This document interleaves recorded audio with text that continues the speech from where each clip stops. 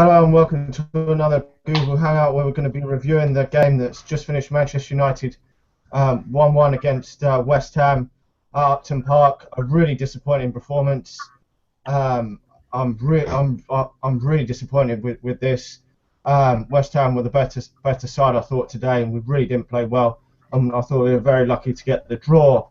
I'll go to you, Joe, first because I know you've got a lot to say. How do you think it went, and do you think Louis van Gaal completely got that team selection wrong today? Absolutely. I thought the team was massively imbalanced. It's fine when you're playing Leicester at home, but when you're playing a tough team like West Ham, who even without Andy Carroll, they're still physical. Alex Song pretty much bossed it around today. I thought he played well. And I just don't like the fact that Januzaj started. I mean, you're looking at Januzaj, Di Maria, and then you have Rooney, who's not a midfielder, and Blind at the base of the diamond, who's not the most physical player, and it's like a featherweight midfield four. I just completely disagreed with the starting 11. I would have started Fellaini, definitely. If any game Fellaini was going to start all season, it has to be this one. But, he's still learning. I mean, don't get me wrong. I'm not one of those people that's going to say Louis van Gaal out or talk about, anything like that. I just thought he got it wrong today. And that's my thoughts on the starting 11. I just thought it was imbalanced, and I didn't like it. Yeah, I didn't like it either. I think Fellaini maybe could have started today. I said before that I thought he probably would.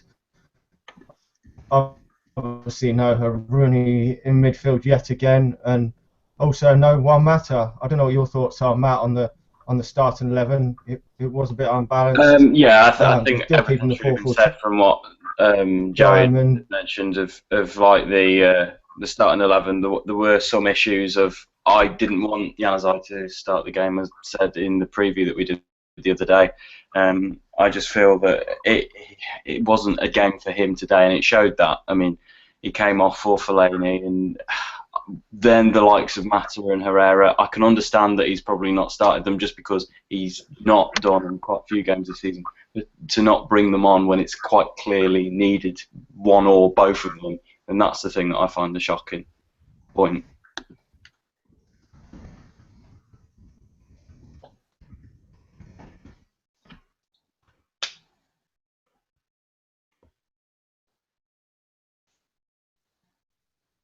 Dan?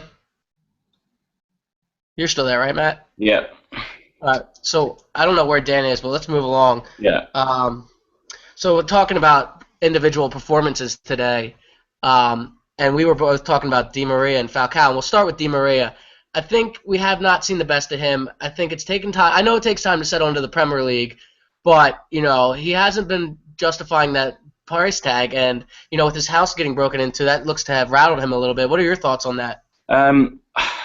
Di Maria for me. I mean, when we were in talks about we might be signing Di Maria, I was in a split mind about it anyway because I knew he'd had a good season with Real Madrid. I knew he'd done well with Real Madrid, especially in the Champions League last season. But overall, my knowledge of him wasn't that detailed. I hadn't seen much of him, and my initial feeling was I don't think he'd have fixed the issues that we had to address.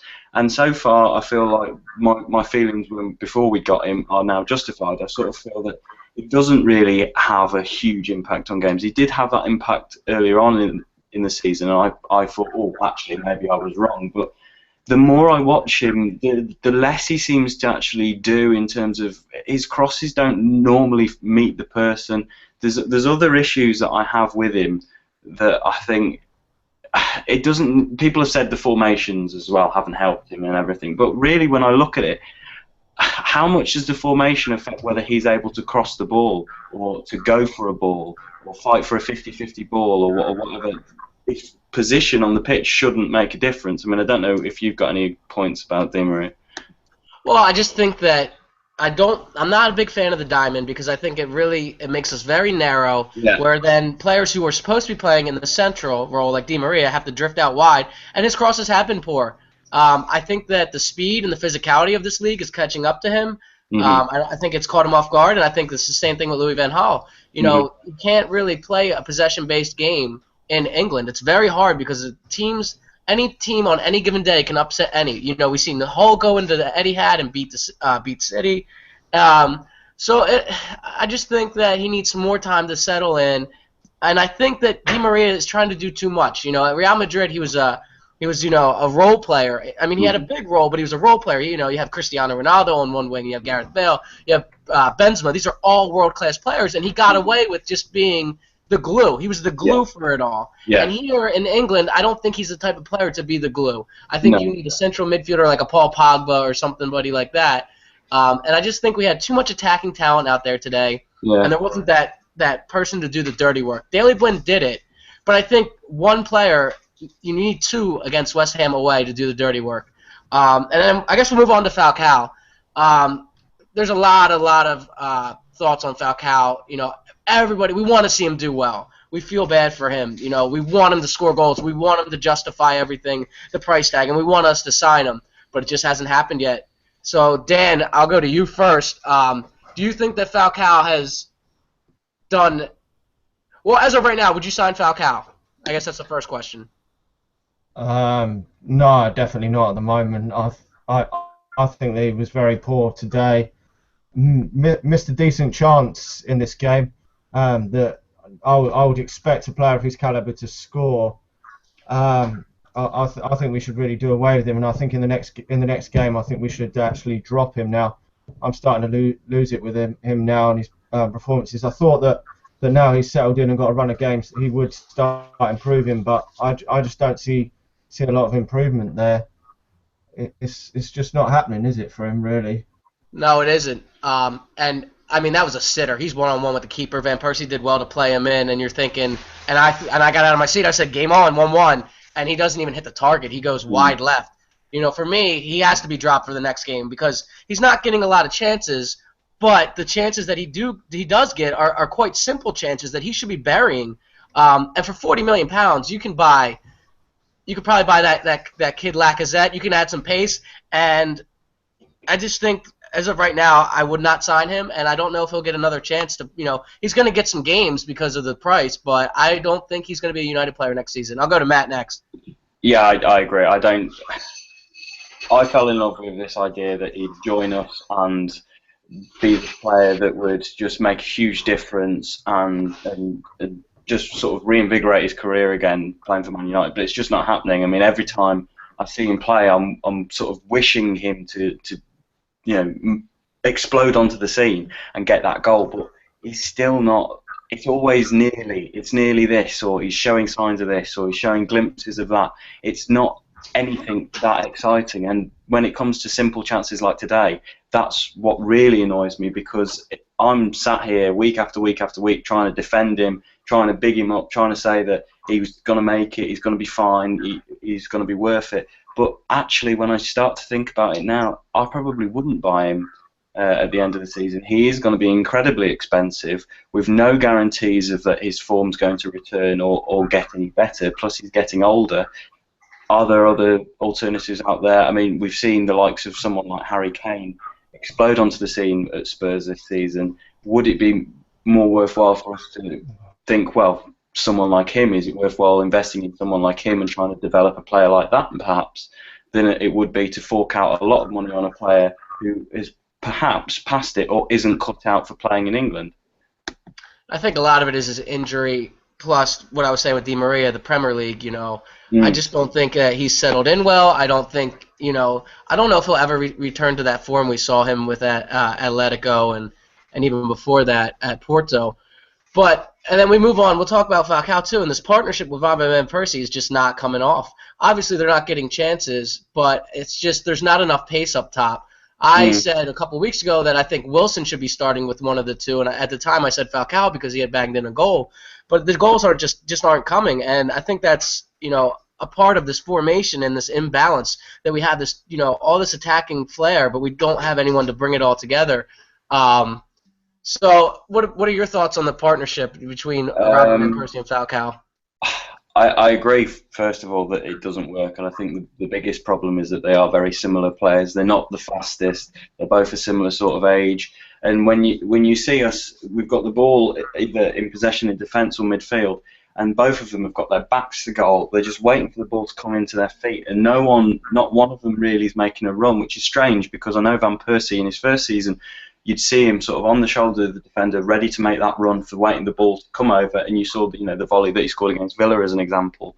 I don't see them working as a partnership. I'd rather play one of them and have a Wilson or Rooney up front with them, because as we were saying, Rooney probably doesn't suit the midfield role because he can't get involved as much, and we're losing out on one of the Premier League's top goal scorers by just trying to play him in midfield because he can, when really we've got the likes of Herrera and Mata who are made to be played in the centre of midfield, and they're not getting used. And I'd rather drop one of Van Persie or Falcao. At the moment, they're both as bad as each other at the moment, so I'd rather just drop one of them.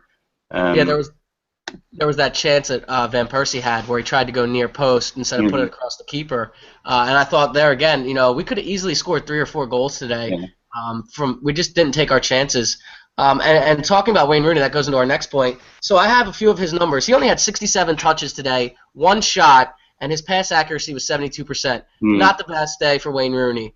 For me, he has to be up closer to the net, banging in goals, because eventually there's a reason he's going to be United's all-time leading scorer. And he's just way better up top. He has a little bit more pace than the other strikers, except for Wilson. So I think that after the next transfer window, it'll be very interesting to see what we do. Dan's joined us back again, so I'll go back to Dan. Dan, what are your thoughts on Wayne Rooney playing in the center of midfield?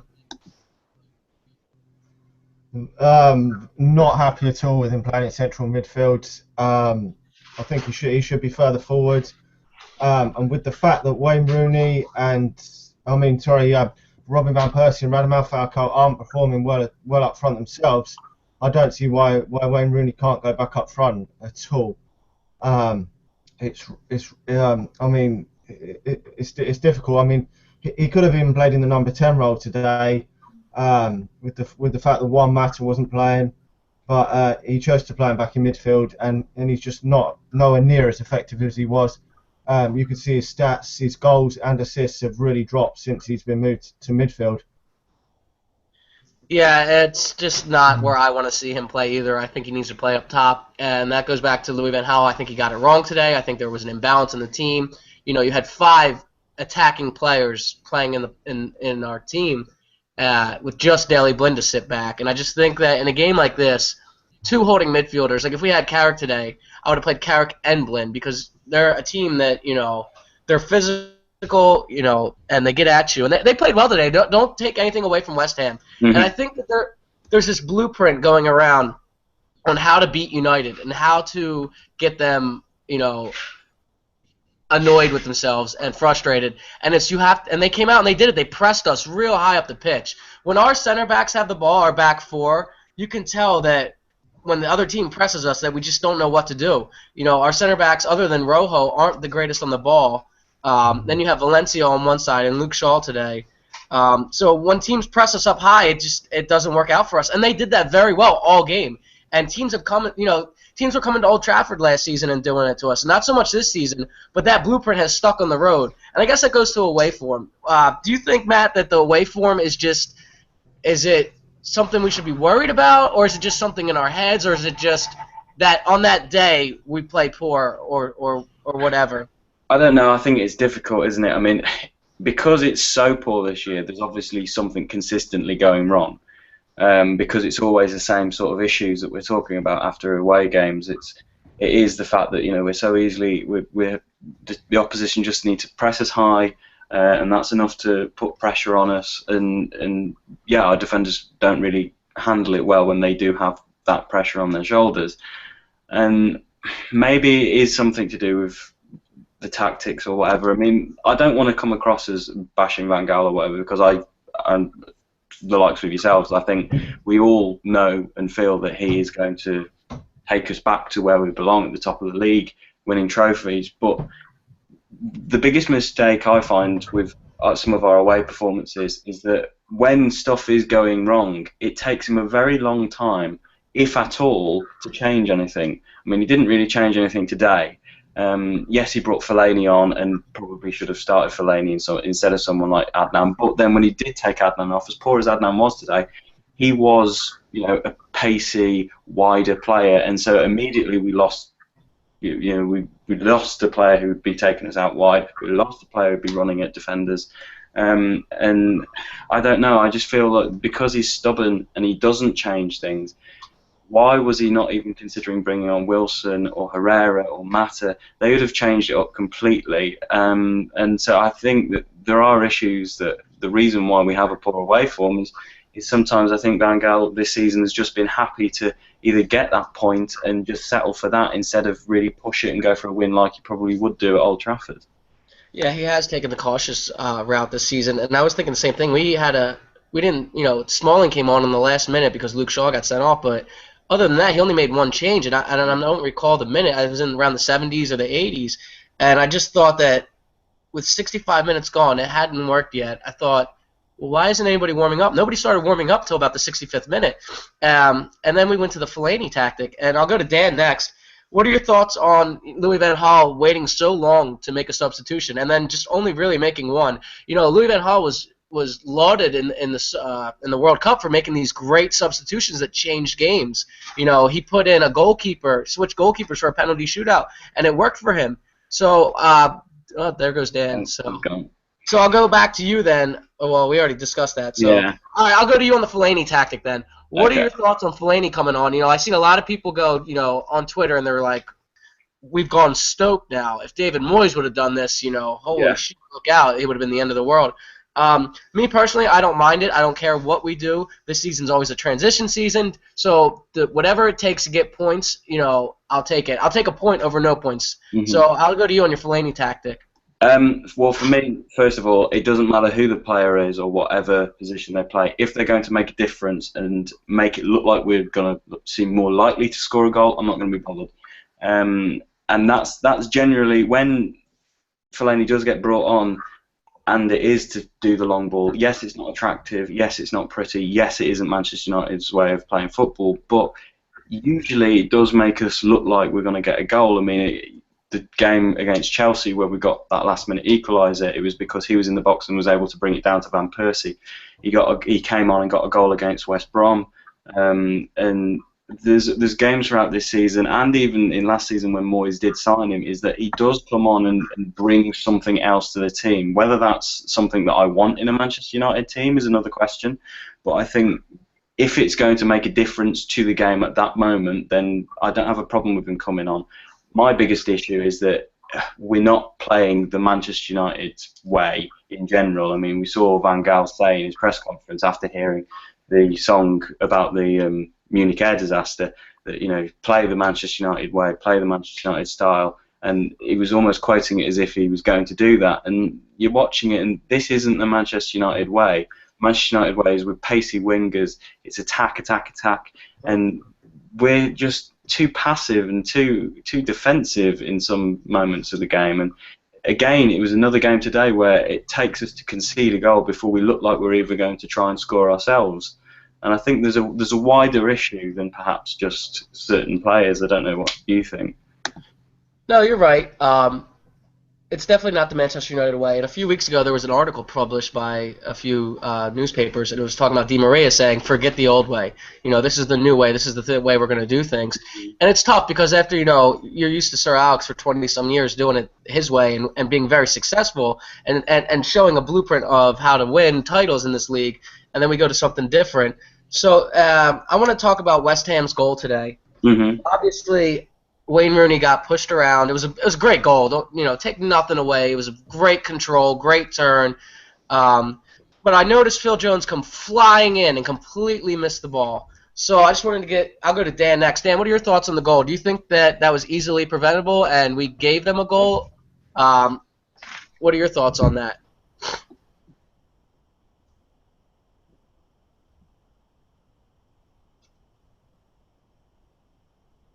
Dan?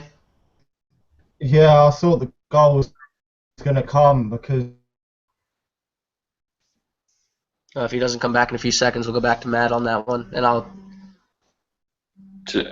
Yeah, Matt, I'll go to you. What do you think about the goal? Do you think it was preventable? Do you think we should have cleared it? I think it probably was. It was preventable as well. I think what Sky did point out as well is that as the player had, I can't think of the West Ham player's name, but he did bring it down well, he did control it well, he did turn through, and it was unfortunate because it just clipped Blind as well, which was enough to sort of take it into the net, and was probably enough to sort of just throw David De Gea a bit, because as he was diving, it did sort of go off in the other direction. I just find it so annoying at the moment that when we do concede, it's just through silly errors or just. I'm just getting too annoyed about watching us play at the moment to really take in what's happening, because some of the mistakes that we are making are just ridiculous. And I don't know. I don't personally know how we can fix it really, other than just going out and supposedly spending more money. But again, I don't really want us to be just throwing money away to try and fix our problems, because again, as we've seen this season, our two best players have been the cheapest ones. Yeah, that's a strange one. Value for money in the market, right? Is that what Sir Alex said? So yeah, I mean, I thought Alex Song played well today, and I thought he's a player that we need. And I think it's sad, but we were either going to have to look to the academy for some players, or we're going to have to bring in some, because there's still some players here that just aren't United quality. You know, Valencia didn't have the best game, but he didn't have the worst game. But again, I want more from my right back. I thought his crossing was poor, and I'm not impressed with Valencia. You know, Luke Shaw had a great game, I thought, going forward and defending. He had to make that. Look, I said that he had to make that challenge. It was the end of the game. I see he got sent off. Look, our next game is Burnley, so I'm not too worried about it. Luke Shaw has to make that challenge, or they're on a breakaway, and they're coming down that wing with pace and momentum. So that's my thoughts on that. But, you know, where we go from here, we have Burnley on Wednesday, so stay tuned for the preview. We'll be coming to that probably Monday, probably tomorrow. But you know, it's not the end of the world. It was a tough game. West Ham played very well. We made it pretty easy for them to do that. So I mean, going forward, I think we're going to be okay. You know, we're in 4th place. We've seen the likes of City drop points. Southampton almost lost to QPR. So in the Barclays Premier League, anything can happen. And today it just wasn't our day. So Matt, where can people find you on Twitter? My Twitter is @MattBurgess21, and same with my YouTube as well. I preview games, review games, and yeah, just come check me out. But make sure you subscribe to All Things Man United as well. Yeah, subscribe to this channel because we'll be doing videos. We did a giveaway. We gave away some pint glasses, and we'll be giving away a England jersey in the next week or two. So it'll be real easy to win that. You know, we send out our prizes. We don't, just do this to get subscribers. You can find me on Twitter @JoeyTaber. Dan will put everything in the link. Thanks for joining us, and we will see you all for the preview. So I'm just going to close it out because Dan has control of the live or not. So I just sent Dan a message to end it. Thanks for watching.